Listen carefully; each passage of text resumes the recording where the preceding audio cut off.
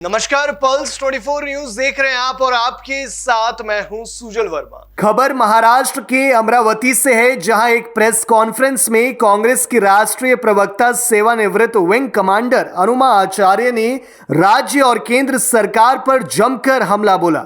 उन्होंने कहा कि केंद्र सरकार हो या महाराष्ट्र की सरकार, अत्याचारियों और बलात्कारियों को बचाने वाली सरकार है। अनुमा आचार्य ने आज अपील की कि जब तक हम ऐसी सरकारों के खिलाफ मजबूती से खड़े नहीं होंगे और उन्हें जवाबदेह नहीं ठहराएंगे, तब तक स्थिति नहीं बदलेगी।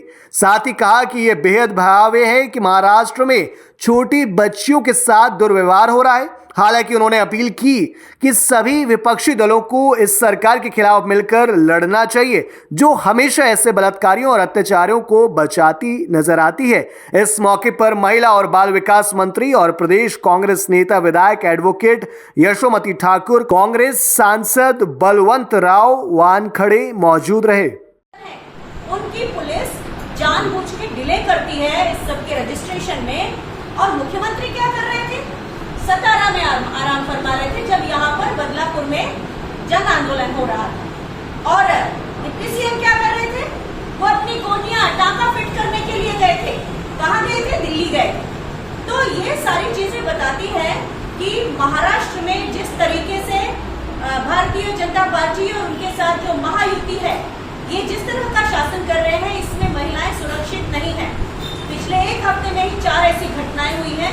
आप सभी को मालूम है कि इस घटना के बाद भी अकोला में एक 10 साल की बच्ची, जिसके शिक्षक ने पोर्नोग्राफिक वीडियोस दिखाए और उसका फिर मौत हो जाती है, तो ये एक और घटना होती है। इसके पहले हम देख चुके हैं महाराष्ट्र में ही अक्षता म्हात्रे का केस है, यशस्वी का केस है। तो दिखने में आता है कि जो महाराष्ट्र संस्कृति के लिए प्रसिद्ध था, आज उसी महिला को सम्मान करने की संस्कृति के विरोध में जा रहा है। क्यों जा रहा है? क्योंकि सरकार शायद, जैसे केंद्र सरकार का रवैया है, जैसे कि भारतीय जनता पार्टी की हर सरकार का रवैया है, आप सभी को मालूम है। ये होता क्यों है? ये होता इसलिए है कि कठुआ में बलात्कार होता है, बलात्कारी का सम्मान कर दिया जाता है। हाथरस में बलात्कार होता है, उन्नाव में होता है, सरकार बलात्कारियों का संरक्षण करती है। हमारे देश की सम्मान प्राप्त, जिनको पदक मिला, ऐसी महिला पहलवानों के साथ यौन उत्पीड़न होता है, सरकार उसको संरक्षण देती है जो यौन उत्पीड़क है। सरकार मणिपुर की घटना के बाद भी जो मुख्यमंत्री कुछ नहीं करता, उसका संरक्षण करती है।